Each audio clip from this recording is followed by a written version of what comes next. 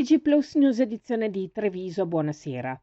In apertura del nostro notiziario La Cronaca, il questore di Treviso, Alessandra Simone, ha disposto la sospensione per la durata di 5 giorni della licenza per la somministrazione di alimenti e bevande di un locale di Conegliano, divenuto nell'ultimo periodo abituale ritrovo di soggetti gravati da numerosi precedenti per reati contro la persona, il patrimonio in materia di sostanze stupefacenti e contro la pubblica amministrazione. Il provvedimento è stato adottato a seguito di molteplici controlli effettuati dai poliziotti del commissariato di Conegliano nel corso degli ultimi mesi e dai quali è emersa l'assidua frequentazione del locale da parte di soggetti dediti ad attività illecite, oltre che al consumo ed allo spaccio di sostanze stupefacenti. Cambiamo argomento.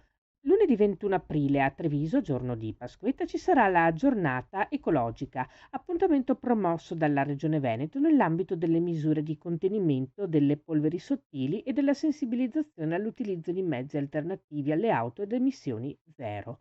Le modifiche alla viabilità riguarderanno la zona dentro mura. Dalle ore 9 alle 18 infatti sarà interdetta la circolazione alle auto. Al fine di rendere comunque agevole l'accesso a turisti e visitatori, verranno indicati i parcheggi e gli stagli disponibili. Inoltre, verrà predisposta l'apposita cartellonistica stradale e infografiche su pannelli a messaggio variabili installati lungo le principali vie d'accesso della città. Ulteriori dettagli nel nostro sito notiziaplus.it.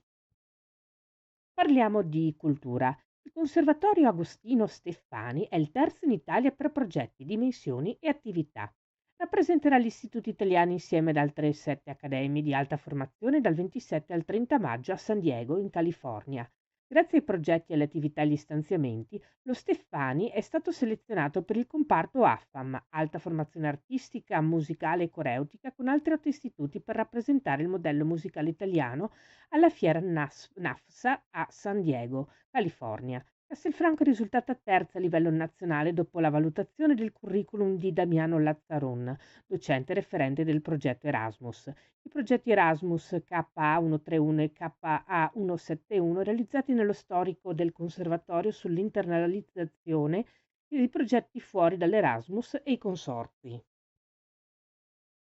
A scuola di cucina e di manualità. A Casale sul Sile gli adolescenti della scuola secondaria di primo grado sono entrati in laboratorio per mettere letteralmente le mani in pasta.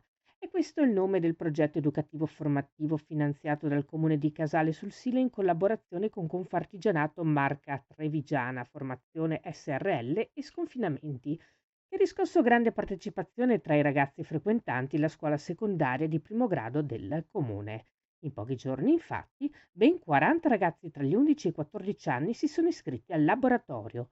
Il percorso formativo gratuito ha preso il via lo scorso 2 aprile 2025 con un workshop introduttivo rivolto ad alunni e i loro genitori, durante il quale il biologo nutrizionista Mattia Zambon ha illustrato obiettivi e contenuti del progetto, ponendo l'accento sull'importanza di sviluppare una consapevolezza alimentare e uno stile di vita sano, soprattutto in età adolescenziale. Questa era la nostra ultima notizia. Grazie per essere stati con noi. Arrivederci.